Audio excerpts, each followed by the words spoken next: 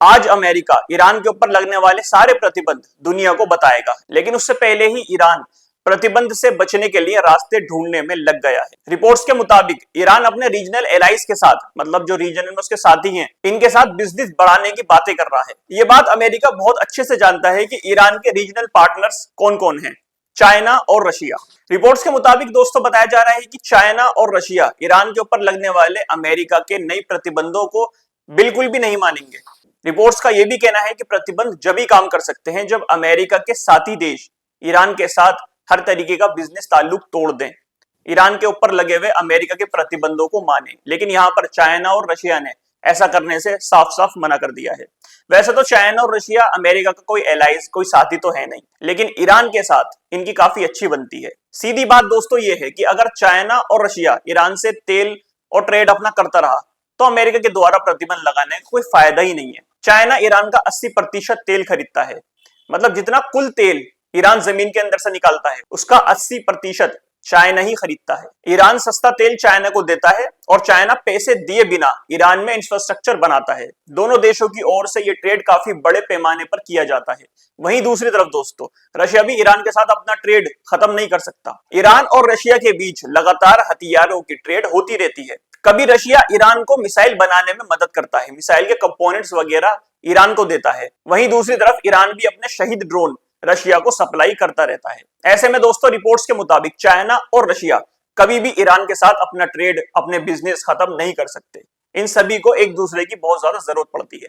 यहाँ पर यह चीज बहुत ज्यादा मायने रखती है कि अमेरिका किस तरीके की आर्थिक पाबंदी ईरान के ऊपर लगाएगी, क्योंकि ईरान के साथ तो दो बड़े बड़े मुल्क खड़े हुए हैं। अगर अमेरिका द्वारा इस तरीके कोई सैंक्शन लगाया गया जो आराम से ईरान बाईपास कर सकता है, तो यहाँ पर एक बार फिर से अमेरिका की जंग के अंदर हार होने वाली है। ईरान की IRGC की तरफ से हुसैन मोहिबी ने कहा है कि हमारे पास दुश्मन की हर चाल का जवाब रखा हुआ है, जिसकी मदद से ईरान आराम से अपने साथी देशों के साथ व्यापार कर सकता है। मोहिबी ने कहा है कि ईरान अमेरिका की नाक के नीचे से ट्रेड करता रहा है और आगे भी ऐसा ही होगा। हमारे पास कई रास्ते हैं आर्थिक प्रतिबंध से बचने के लिए। ये कोई पहली बार नहीं हो रहा। ईरान पिछले 47 सालों से प्रतिबंध झेल रहा है और फिर भी खड़ा है और आगे भी ऐसा ही खड़ा रहेगा। अमेरिका की तरफ से माइक जॉनसन, जो कि यूएस के हाउस ऑफ रिप्रेजेंटेटिव के स्पीकर हैं, इनका कहना है कि ईरान अमेरिका के साथ बहुत जल्द अब एक नई जंग की तरफ बढ़ने वाला है और मुझे उम्मीद है कि हमारे साथी देश अमेरिका का पूरा सपोर्ट करेंगे। आगे कहा कि डोनाल्ड ट्रंप ने अपना सबसे बड़ा मकसद ईरान के न्यूक्लियर प्रोग्राम को खत्म करना, इसको पूरा कर लिया है, जो पिछली सरकारें करने में असफल रही हैं। माइक जॉनसन दोस्तों ट्रंप का बहुत बड़ा चाटुकार है, इसकी बातों से ही समझ में आ रहा है। ट्रंप बहुत बुरी तरीके से ईरान के साथ जंग में फंस गया है, लेकिन अभी भी अमेरिका में ट्रंप के जो चाटुकार हैं ये ट्रंप की तारीफ करते हुए नहीं थक रहे। वहीं दूसरी तरफ ईरान की तरफ से भी लगातार धमकियां आती जा रही हैं। ईरान के सिक्योरिटी चीफ मोहम्मद रेजाई ने आज फिर अमेरिका को धमकी देते हुए कहा, अगर अमेरिका ने ईरान के ऊपर किसी भी तरीके के प्रतिबंध लगाए तो ईरान स्टेट ऑफ हॉर्मोज से तेल की एक बूंद भी नहीं निकलने देगा। ना सिर्फ स्टेट ऑफ हॉर्मोज के लिए बोला, बल्कि साथ में बोला कि पर्शियन गल्फ से तेल की एक बूंद नहीं निकल सकती। और आगे कहा कि बाबल मंडप को भी हम पूरी तरह से बंद कर देंगे। ये बात तो दोस्तों सबको पता है कि ईरान की पकड़ हॉर्मूज के अंदर जबरदस्त तरीके से है। अमेरिका ने अपने नेवल ब्लॉकेज तो यहाँ पर लगा रखा है, लेकिन ईरान इनको भी चैन से जीने नहीं दे रहा। ईरान की पकड़ हॉर्मूज के अंदर इतनी जबरदस्त तरीके से चल रही है कि आपको इस बात से अंदाजा लगाइए कि पिछले हफ्ते सिर्फ 20 जहाज स्टेट ऑफ हॉर्मूज से गुजरे हैं, यानी सिर्फ 20 जहाज। इसमें आप ऑयल टैंकर, कार्गो शिप वगैरह को मिला लें तो टोटल 20 जहाज पिछले हफ्ते स्टेट ऑफ हॉर्मोज से निकले हैं। पूरे हफ्ते में सिर्फ 20 जहाजों का स्टेट ऑफ हॉर्मोज से गुजरना इस बात को अच्छी तरीके से बताता है कि ईरान ने किस तरीके से स्टेट ऑफ हॉर्मोज पे अपना शिकंजा कस रखा है। यहीं अगर स्टेट ऑफ हॉर्मोज की आज की स्थिति और जंग के पहले की स्थिति देखें तो हर घंटे हॉर्मोज से तकरीबन 100 जहाज गुजरते थे और अब पूरा हफ्ता गुजर चुका है और यहां से सिर्फ 20 जहाज निकल पाए हैं। ये जहाज भी वो है दोस्तों जो ईरान ने जिनको जाने की इजाजत दी है। ईरान की इजाजत के बिना किसी भी जहाज का स्टेट ऑफ हॉर्मोज से गुजरना बहुत ही ज्यादा मुश्किल है।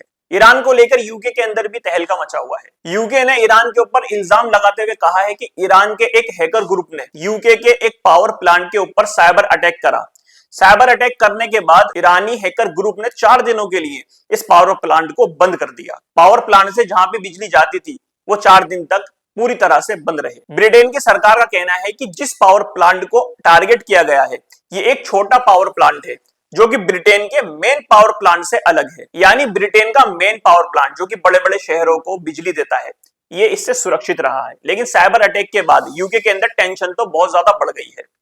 वहीं दूसरी तरफ ईरान का अभी इसके ऊपर कोई भी बयान सामने नहीं आया है। पाकिस्तान के आर्मी चीफ आसिम मुनीर ये भी आज ईरान के लिए दौरे पर निकले हैं। रिपोर्ट्स के मुताबिक मुनीर एमओयू पर चर्चा और शांति समझौते को आगे बढ़ाने के लिए ईरान गए हैं। मैंने आपको पिछली रिपोर्ट्स में बताया था कि तुर्की, पाकिस्तान और सऊदी अरब ने एक डिफेंस पैक्ट साइन करा है, लेकिन अब खबर आ रही है कि मक्का का ये डिफेंस पैक्ट ईरान को भी शामिल करने के लिए बोल रहा था। हो सकता है दोस्तों पाकिस्तान की तरफ से ईरान को इस मक्का पैक्ट को ज्वाइन करने का ऑफर भी दिया जाए। बाकी इसके ऊपर कोई अपडेट निकल कर आएगा तो मैं आपको जरूर बताऊंगा। आज के अपडेट में दोस्तों यही कुछ था। वीडियो अच्छी लगी तो लाइक करिएगा, चैनल के ऊपर नए हैं तो सब्सक्राइब भी जरूर करिएगा। मिलता हूं आपसे एक और नए अपडेट की वीडियो में, तब तक के लिए अल्लाह हाफिज।